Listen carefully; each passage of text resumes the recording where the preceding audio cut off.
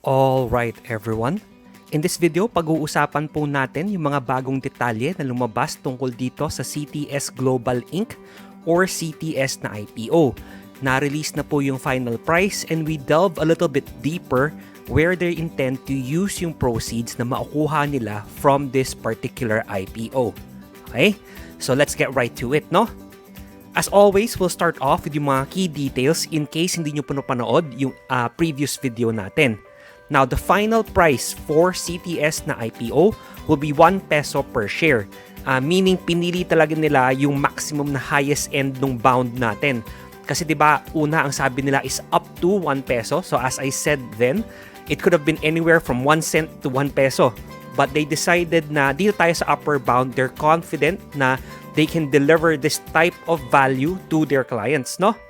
Now, the offer period will be from March 29 to April 4, 2022. So next week po, from the recording of this video, ay magsisimula na ang offer period ng CTS na IPO with the listing date scheduled for April 13, 2022. Now, we all know na yung mga ganito, hindi po siya nagiging final hanggang matapos na. Diba? Minsan nadidelay po ng konti yung listing date.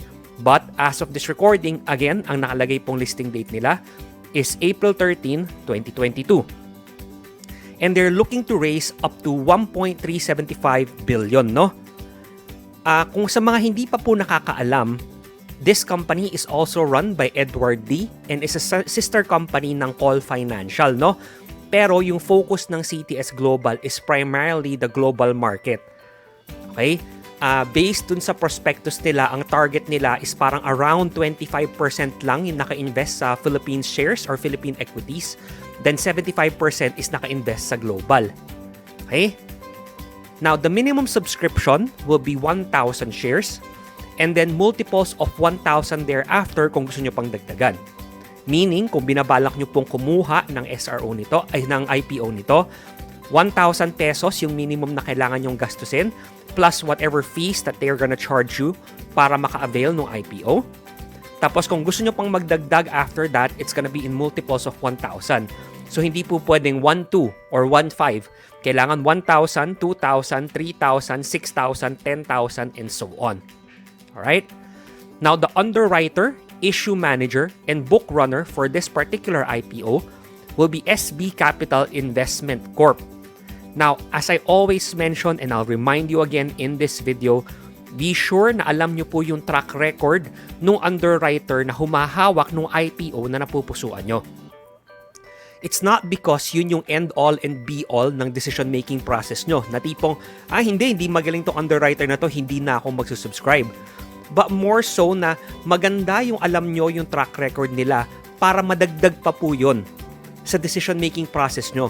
Parang added confluence para sa inyo, added conviction. Or, pwede rin kabaliktaran. Diba? Less conviction. We don't know. Depende po yan. Now, sa mga nagtatanong po lagi, paano ko malalaman ano yung mga nagawa nila before? Google is your friend, no? Kasi wala po talagang database na nagawa na nandun nakalista na, okay, etong particular stock na to, ang underwriter niya is ganito, ito yung naging resulta. Wala po ganong database. But you can easily Google yung mga companies na nag-IPO in the past few years. And then once you Google them, most articles that you can find regarding those companies will detail naman po kung sino yung underwriter nila. You don't need to delve into each and every single prospectus that you see. Alright? Pwede nyo rin pong hanapin sa PSE Edge, but that's a little more tedious because hindi ganon kaganda yung UI niya. Mas madali pa rin yung Google. But again, if you want to be more technical, if you want to know more details, you can always check out yung PSE Edge. Now, the shares offered will be 1.375 billion new common shares. And then the stock symbol for this particular issue will be CTS. Okay? Next, as far as I can ascertain, talagang sinearch ko na ng mabuti yung prospectus nila as of March 17. Wala talaga akong makita na merong stabilization fund or stabilizing agent, no? Now, as I mentioned in the previous video, if I'm wrong, please feel free to let me know in the comment section below. Pero wala po talaga akong mahanap eh. At the very least, walang clear-cut or very straightforward na nakasulat na, okay, yes, meron, and si ganito yung gagawa. Alright? Normally, kapag sa ibang mga prospectus kayong maghanap, madali lang siyang makita and it's very straightforward.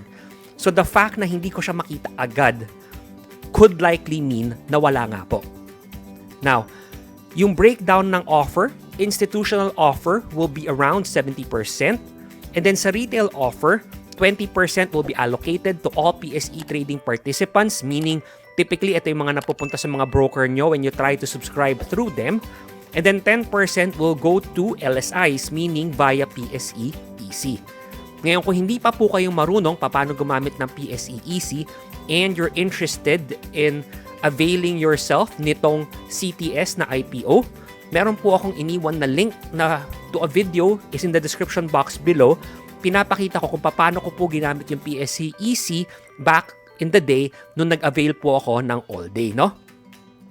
Now, the proceeds is to be used for, number 1, scale global trading operations. Let's talk about this a bit, no? Hindi naman nakakagulat na karamihan ng pera ay dito po mapupunta. Dahil syempre, you're a trading firm eh. So you need the capital to trade further. Now, based sa prospectus, meron sila exposure sa Philippines, tapos yung global na component nila is in US, Japan, Hong Kong, no? Pero yung primary daw nila or yung malaking chunk nung capital nila is naka-allocate sa US market. Now, you may or may not have a bias or a particular feeling regarding the US stock market, and this may or may not affect how you perceive yung value ng IPO na to. But I wanted to get it out there kasi it's important din to know, since they are a trading company, kung ano ba talaga or saan ba sila nagte-trade, saan napupunta. Diba? Napupunta ba sa Singapore? Mukhang hindi kasi mukhang focus sila is Japan, Hong Kong, and so on, no? Baka mamaya meron pala sila sa Russia, hindi natin alam, pero parang wala naman nakasulat sa prospectus. So yun nga, ang primary focus nila will be on the US markets, pero meron pa silang ibang mga markets na tinitrade beyond it. Now, they also want to expand the client account management business. Ang nakalagay dun sa prospectus nila is they intend to launch a model fund. Yun yung gamit nila ngayon. Yun yung model, quote-unquote, na ginagamit nila ngayon to trade by 2023. But yung initial target clients for those will be yung mga high net worth clients lang. Okay? Parang they will trade on behalf of those clients using the model fund. Now, again, whether or not this is a turn off for you is totally dependent on how you perceive it to be, no? Hindi mo namang kailangan mag-trade through the company to invest in them. Diba? Pwede ka naman may hawak na shares ng CTS while they trade for other people, and if they do well, then syempre, hopefully, that will reflect moving forward na tataas yung prices ng stock nila. Okay, pero if they do poorly, then baka mag-reflect din yun moving forward na bababa yung stock prices nila. Again, completely up to you. And then finally, general corporate purposes. So, ang pagkabasa ko dito is magagamit daw to sa mga training, software, things like that. Basically, mga focus sa back-end. Diba? Ang sabi nila, wala naman daw silang high overhead when it comes to quote-unquote general corporate purposes na expenditure, no? Pero syempre, hindi natin masasabi ano yung mangyayari down the line.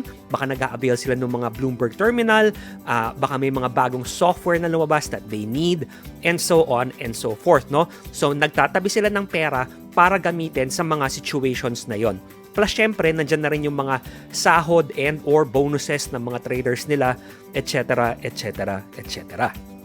Alright? Now, before I go towards yung end of the video and discuss whether or not this is something that I want to avail, I want to leave you with this quote once again from Vahan Janjijan. Unfortunately, hanggang ngayon hindi ko pa rin alam paano po i-pronounce yung pangalan niya ng tama, no? So hopefully hindi ko nabubutcher gano. Ang sabi niya, if you can get an IPO, don't buy it. Only buy IPOs you can't get. So essentially lang naman ang sinasabi po nito is we want yung mga IPOs na mataas yung demand. Kung mataas ang demand ng public with a particular IPO, then yung likelihood that it will open well and possibly push higher increases. As compared to an IPO na linalangaw, then odds are it will open quote-unquote weak. Diba? So, we don't know ano pa yung magiging epekto, ano yung magiging demand dito sa CTS na IPO since hindi pa po nagsisimula yung offer period. But be sure to keep your ear on the ground para po makasagap din kayo ng balita through yung mga Twitter, through Instagrams, through yung mga newsletters to see kung ano nga ba, ano yung feel nyo, ano yung demand ng mga tao sa particular IPO na to. Okay? Now, as always, I reserve my thoughts towards the end of the video, no? Personally, I am going to pass on the CTS Global Inc. na IPO. And the reason for that, again, is for me, hindi maganda yung market sentiment right now. Hindi maganda yung market environment. Now, I could very well be wrong in the sense na once this IPO launches, baka mapush yan to the moon. Hindi ko po alam. Pero para lang sa akin, to invest in an IPO right now, whether as a long-term investment or as a short-term trade, parang hindi lang po maganda yung timing. 'Di ba? It's nothing against the company. Okay? Although personally, ayoko rin mag-invest sa trading na company, no? Trading related na company. I would rather na maging part ako nung quote-unquote fund nila. Diba? Pero syempre, hindi naman yun for everyday Juans or everyday Marias like you and me. Diba? Pang high net worth clients daw eh. So wala tayo dun. Dun pa lang sa high nalaglag na ako eh. But I would rather kung mag-i-invest na rin lang ako sa ganun type of funds na lang rather than investing in the company itself where I'm subject to the whims na baka pag nag-invest ako dito, pangit yung maging resulta, masyadong mag-drive down or baka hindi maging liquid yung pag-trade ng company na to, maging very illiquid, similar sa COL, no? And if so, baka mahirapan lang tayong i-trade siya moving forward. So as a short-term trade, I'm not a big fan. And as, kumbaga, investing in CTS Global, not right now. Diba? I want to see kung ano pa yung gagawin nila moving forward before deciding whether or not I want to step in. After all, tulad nga ng pinag-usapan natin sa previous video, it's better to get a wonderful company at a fair price rather than get a wonderful price for a fair company. 'Di ba? Parang the jury is still out dito sa CTS Global eh. Yes, kumita sila past couple of years but before that, di rin naman sila kumita eh. So medyo, kumbaga, for lack of a better term, 50-50 pa eh. 'Di ba? So for me, I'm going to skip this. Pinaghalo-halo na. Yun nga, mostly dahil sa market sentiment, partly because I feel like there are better trades to be had out there. I'd rather keep my powder dry for something else, no? Lalo na if the market continues to drive lower, then it might give us the opportunity to enter quote-unquote wonderful companies at a fair price. Okay? So guys, dito po nagtatapos yung video natin. I hope nakatulong po to sa inyo kahit papano. And if so, I would really appreciate it if you give this video a like, maybe share it, and consider subscribing to my channel. And as always guys, maraming salamat po sa panonood. I really appreciate it. Good luck and happy trading!